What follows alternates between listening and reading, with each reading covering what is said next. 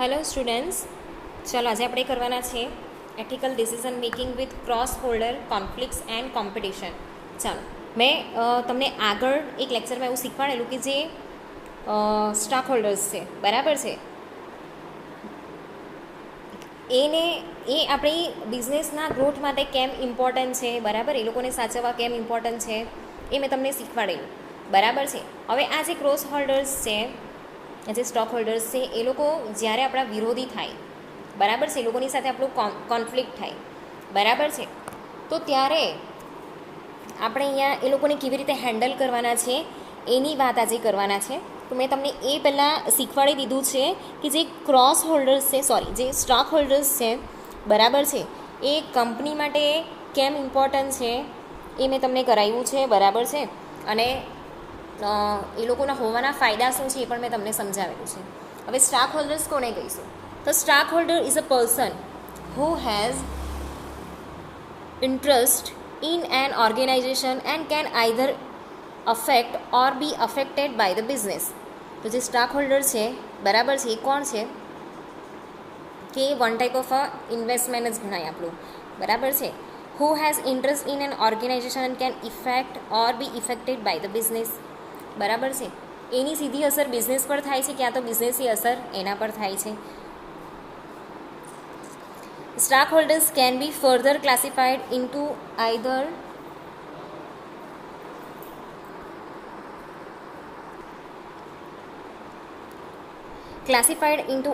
external stockholders or internal stockholders. તો જે stock holders છે ને બે પ્રકારના છે, ઇન્ટરનલ એટલે કે એમ્પ્લોય અને એક્સટર્નલ એટલે જે બહારના સ્ટોક હોલ્ડર્સ છે, તમારી પાસેથી જે તમારા શેર ખરીદે છે એ વેન્ડર્સ છે એ, બરાબર છે. તો employees are example of internal stock holders, બરાબર છે. તો જે એમ્પ્લોઈઝ તમારે ત્યાં કામ કરે છે એ લોકો કોણ છે? ઇન્ટરનલ સ્ટોક હોલ્ડર્સ છે, બરાબર છે. અને જે ગવર્મેન્ટ છે, જે સપ્લાયર્સ છે, વેન્ડર્સ છે, બરાબર, જે કસ્ટમર છે, એ બધા કોણ છે? એક્સટર્નલ સ્ટોક હોલ્ડર્સ, બરાબર છે. હવે છે ને અહીંયા એક એક્ઝામ્પલની સાથે આખું જે સિનેરિયો છે અહીંયા સમજાવવામાં આવેલો છે, બરાબર. તમે લોકો પણ આ રીતે લખજો. જે એથિકલ ડિસિઝન મેકિંગ છે એ બિઝનેસની અંદર કેવી રીતે ઇફેક્ટ કરે છે, બરાબર છે, એ તમને આગળના જે બે લેક્ચર છે એમાં પણ સમજાવી ગઈ છું. હવે જ્યારે આ જે સ્ટોક હોલ્ડર્સ છે એ લોકોની સાથે જ્યારે કોન્ફ્લિક્ટ થાય કે કોમ્પિટિશન થાય તો એને હેન્ડલ કેવી રીતે કરવાનું, બરાબર. તો ethical decision making in business will be more complicated when it involves conflicting interest of various stockholders, બરાબર. તો જે એથિકલ ડિસિઝન મેકિંગ છે એ બિઝનેસની અંદર વધારે કોમ્પ્લિકેટેડ ક્યારે થાય છે કે જ્યારે કોન્ફ્લિક્ટ જે છે, બરાબર છે, કે જે કોન્ફ્લિક્ટિંગ ઇન્ટરેસ્ટ છે, બરાબર છે, એ આની અંદર એડ થાય છે, બરાબર છે. એ બધી વસ્તુ અહીંયા કોમ્પ્લિકેટેડ થઈ જાય છે. એ લોકોની સાથે જ્યારે આપણું કોન્ફ્લિક્ટ થાય છે ત્યારે જે સ્ટોક હોલ્ડર્સ છે, બરાબર છે, એ લોકોની સાથે આપણું કોન્ફ્લિક્ટ થઈ જાય છે. તો when this kind of situation takes place, it is important for business to balance the interest of its various stockholders, બરાબર છે. તો આ પ્રકારના જેટલા બી સ્ટોક હોલ્ડર્સ છે, બરાબર છે, જે ઇન્ટરનલ સ્ટોક હોલ્ડર્સ છે એ પણ અને જે એક્સટર્નલ સ્ટોક હોલ્ડર્સ છે એ પણ, બરાબર છે. તો જ્યારે કોન્ફ્લિક્ટ થાય છે ત્યારે એવી સિચ્યુએશનની અંદર બિઝનેસની અંદર બેલેન્સ લાવવું બહુ જરૂરી છે. તો business to balance the interest of its various stock holders, બરાબર છે. તો જેટલા બી સ્ટોક હોલ્ડર્સ છે ને બિઝનેસ, એ બેની વચ્ચે અહીંયા બેલેન્સ કરવું બહુ જરૂરી છે, બરાબર છે. તો different stock holders groups have different priorities. For example, જેટલા સ્ટોક હોલ્ડર્સ છે, બરાબર છે, એના અલગ અલગ પ્રાયોરિટીઝ હોય છે, બરાબર છે. તો share holders expect the business to make a profit and receive a return on their investment, બરાબર છે. તો અહીંયા જેટલા બી શેર હોલ્ડર્સ છે, બરાબર, શેર હોલ્ડર્સ તમને બધાને બહુ સારી રીતે ખબર છે, મેં તમને કરાવેલા છે, બરાબર છે. જે ઇકોનોમિક્સ અને મેનેજમેન્ટ છે ને એ સબ્જેક્ટમાં મેં તમને કરાવેલું છે કે શેર હોલ્ડર્સ કોને કહેવાય, બરાબર. તો આ જે શેર હોલ્ડર્સ છે એ શેર હોલ્ડર્સ શું એક્સપેક્ટેશન રાખતા હોય કે મેં મારા શેર આ કંપનીની અંદર કે બિઝનેસની અંદર ઇન્વેસ્ટ કર્યા છે તો મને એનું સારામાં સારું રિટર્ન જે છે એ પ્રોફિટ જે છે એ રિટર્ન મળે, બરાબર છે. એમ્પ્લોઈઝ છે શું, એની શું રિક્વાયરમેન્ટ હોય, તો જે એમ્પ્લોઈઝ છે એ employees requires good working condition if they are to be retained, બરાબર છે. તો એ લોકોને કેવું હોય કે અમે જે જગ્યાએ કામ કરીએ છીએ ત્યાં અમને સારી ફેસિલિટી મળે, બરાબર, અમે સારી કન્ડિશનમાં કામ કરીએ અને જો અમે સારું કામ કરીએ છીએ તો અમને એ લોકો સાચવે, બરાબર છે. પછી જે પોટેન્શિયલ ઇન્વેસ્ટર્સ છે, બરાબર છે. Potential investors May want to C evidence of how a company respond two environmental issues before committing money to the business, બરાબર છે. જે મોટા મોટા ઇન્વેસ્ટર્સ છે એ લોકો શું જોઈ છે કે ભાઈ જે કંપની છે એ કંપની એન્વાયરમેન્ટ ઇશ્યુઝ છે એને બરાબર હેન્ડલ કરી શકે છે કે નહીં, બરાબર છે, એને સાચવે છે કે નહીં, એન્વાયરમેન્ટલ જે ઇશ્યુઝ છે એને કેવી રીતે રિસ્પોન્ડ કરે છે. પછી એ લોકો પોતાના મની ઇન્વેસ્ટ કરે છે. કસ્ટમર્સ શું એક્સપેક્ટ કરે છે, customers expect accurate and reliable products, બરાબર, એક સારી વિશ્વસનીય પ્રોડક્ટ જે છે એ અહીંયા એક્સપેક્ટ કરે છે, બરાબર છે, કે અમને અમારા આટલા પૈસાની અંદર અમને આટલી સારી વસ્તુ મળવી જોઈએ, બરાબર છે. તો જેટલા બી સ્ટાક હોલ્ડર્સ છે એ બધાની અલગ અલગ એક્સપેક્ટેશન હોય છે બિઝનેસ પાસેથી. ઓકે, તો જે stakeholder conflict arises when the need of some stakeholders group compromise the expectation of others, બરાબર છે. તો જેટલા બી સ્ટાક હોલ્ડર્સ છે એ લોકોની સાથે કોન્ફ્લિક્ટ ક્યારે ઊભી થાય છે કે કોઈ એવી કન્ડિશન આવી જાય, બરાબર છે, કે જ્યારે બિઝનેસે કોઈ કોમ્પ્રોમાઇઝ કરવું પડે કે એ લોકોને પૂછ્યા વગર કોઈ ડિસિઝન લઈ લેવું પડે કે પછી બીજા સ્ટાક હોલ્ડરની જરૂરિયાતો પૂરી કરવા માટે જે અન્ય સ્ટાક હોલ્ડર્સ છે, બરાબર છે, એની સાથે એ કોમ્પ્રોમાઇઝ કરે છે, તો ત્યારે આ કોન્ફ્લિક્ટ જે છે એ ઊભું થાય છે, બરાબર છે. તો અહીંયા આગળ આપ્યું છે a business has to make choices which some stakeholders might not like. તો અહીંયા બધા સ્ટાક હોલ્ડર્સને એ લોકો એક સાથે સાચવી નહીં શકતા હોય ત્યારે કેટલાકની સાથે અહીંયા કોમ્પ્રોમાઇઝ કરવામાં આવે છે, કેટલાક ગ્રુપની સાથે અહીંયા કોમ્પ્રોમાઇઝ કરવામાં આવે છે, બરાબર. અહીંયા કેવું છે કે માની લો કે કસ્ટમરને સાચવવામાં જે એમ્પ્લોઈઝ છે, બરાબર છે, એ લોકોને ખોટું લાગી જાય ને એમ્પ્લોઈઝને સાચવવામાં બીજા જે સ્ટાક હોલ્ડર્સ છે એ લોકો અટવાઈ જાય. તો કેટલીક વાર જે બિઝનેસ પોતાના ચોઇસીસ બનાવીને ડિસિઝન લે છે તો એમાંથી કેટલાક સ્ટાક હોલ્ડર્સ એવા હોય છે કે એ લોકોને એ વસ્તુ ગમતી નથી, બરાબર છે. જે ઓર્ગેનાઇઝેશન છે એ શું કરશે, તો organisation has objective of maximisation profit and enhance shareholder value. હવે આ એક એક્ઝામ્પલ છે, બરાબર, કે શેર જે લોકો અહીંયા પૈસા ઇન્વેસ્ટ કરે છે એ લોકો શેર હોલ્ડર થયા, તો શેર હોલ્ડરની વેલ્યુ અહીંયા વધે, એનાથી શું થશે, મેક્સિમાઇઝેશન ઓફ પ્રોફિટ થશે, બરાબર છે. તો since labour cost are a critical input cost of most companies, a company may seek to keep this cost under tight control. This might have the effect of making another important group of stakeholders its employ unhappy, બરાબર છે. તો અહીંયા શું થશે કે જે labour cost છે, બરાબર છે, એ ઓફકોર્સ એક ઇનપુટ કોસ્ટ જ કહેવાય, બરાબર છે. તો જેટલા લેબર હોય એ લોકોને તમે વેજીસ ચૂકવો છો, બરાબર છે, અને કંપનીમાં તો મોટે ભાગે બહુ બધા લેબર્સની જરૂર પડતી હોય. ઓકે, તો આ જે કોસ્ટ છે એને એ લોકો કેવું કરે છે કે એકદમ કંટ્રોલમાં રાખે છે. એના લીધે શું થશે કે એની સીધી ઇફેક્ટ શાના પર જશે, લેબર પર જશે. This might have effect of making another important group of stock holders. હવે પેલા મજૂર મળતા નહીં હોય તો પેલા એમ્પ્લોય લોકોની સાથે કેવી રીતે કામ કરે, બરાબર છે. એક મજૂર કેટલું કામ કરે, તો એના લીધે શું થાય કે જે બીજા એમ્પ્લોઈઝ છે ને, બરાબર છે, એને કામ કરવાની ફાવટ નહીં આવે એટલે કંપનીથી અનહેપી થઈ જાય છે. The most efficient company successfully manage the self interest and expectation of their stock holders, બરાબર છે. તો જે એક સારું મેનેજમેન્ટ કરતી કંપની છે, બરાબર છે, એ પોતાનું સેલ્ફ ઇન્ટરેસ્ટ અને જે એક્સપેક્ટેશન ઓફ સ્ટાક હોલ્ડર્સ છે, બરાબર છે, એને સારી રીતે મેનેજ કરતી હોય, બરાબર છે, તો એક સારી સિચ્યુએશન અહીંયા આપણે ઊભી કરી શકીએ છીએ. This situation indicate conflict of interest of employees versus investors, બરાબર છે. તો જો ઉપરની જે સિચ્યુએશન છે એ કેવું કોન્ફ્લિક્ટ ક્રિએટ કરે છે કે interest of employees and investors, બરાબર છે. હવે આગળ આપણે જોઈએ તો manufacture more units, company runs factory beyond permissible limit of carbon emission. Carbon emission એટલે જે કાર્બનનું ઉત્સર્જન થાય છે એ, બરાબર છે. તો હવે કંપનીનું જે મેન્યુફેક્ચરિંગ યુનિટ છે, બરાબર છે, એની અંદર વધારે પ્રોડક્શન કરવા માટે કંપની શું કરશે, જે કાર્બનનું ઇમિશન છે ને, બરાબર છે, એને એની અંદરથી છોડવાનું સ્ટાર્ટ કરશે.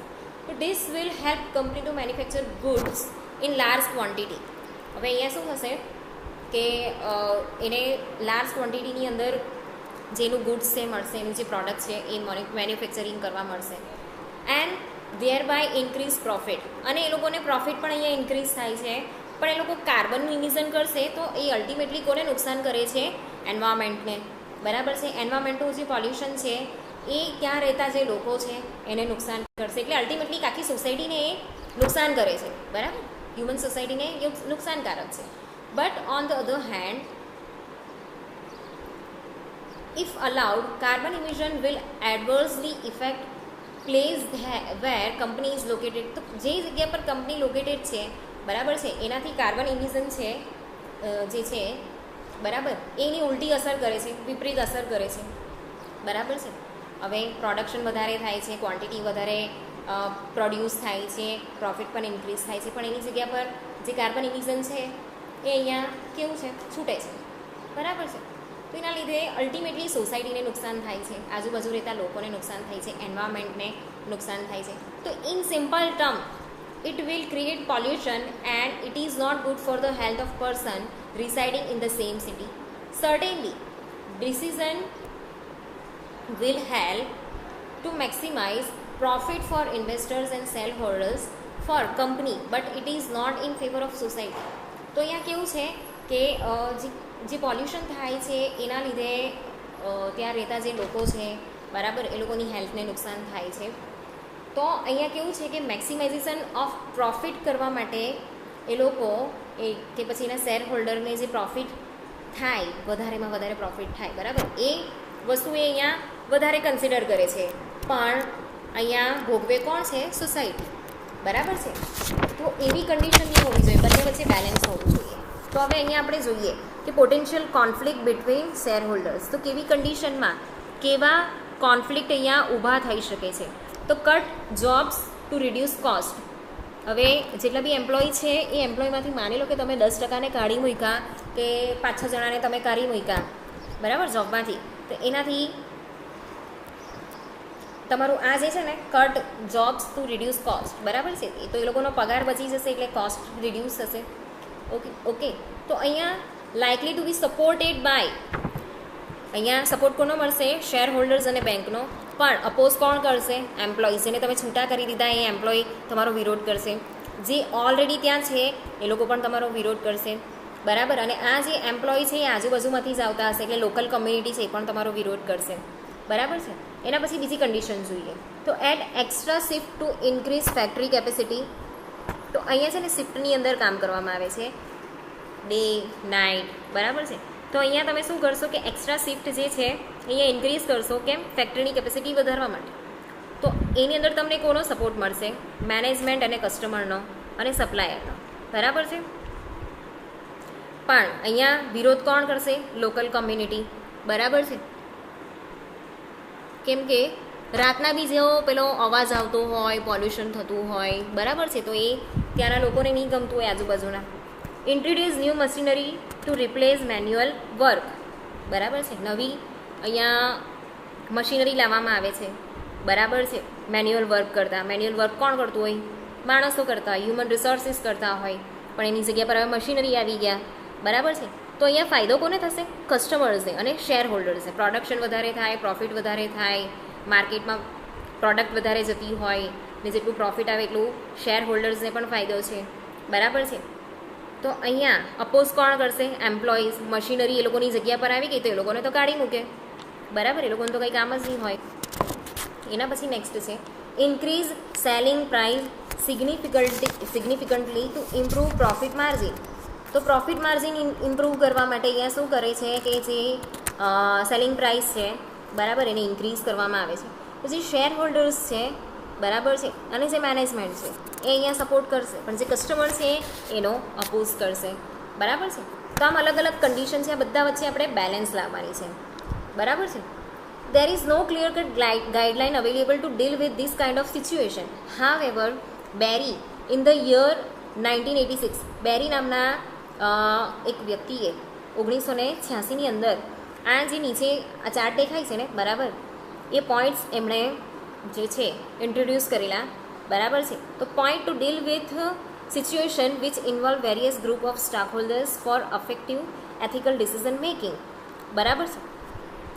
તેમાં પહેલો સ્ટેપ છે select or give preferences to more important obligation between two or more conflicting obligation. તો અહીંયા કોને પ્રેફરન્સ આપવાનો છે કે કોને સિલેક્ટ કરવાનો છે કે જે જવાબદારી, જે ફરજ, બરાબર, આપણી અંદર આવતી હોય અને વધારે ઇમ્પોર્ટન્ટ હોય ત્યારે આપણે જે વધારે ઇમ્પોર્ટન્ટ હોય ને એ જવાબદારી આપણે અહીંયા લેવાની છે, બરાબર. કે જે પછી કોન્ફ્લિક્ટિંગ જવાબદારી હોય ને એને થોડુંક ઓછું મહત્ત્વ આપવાનું.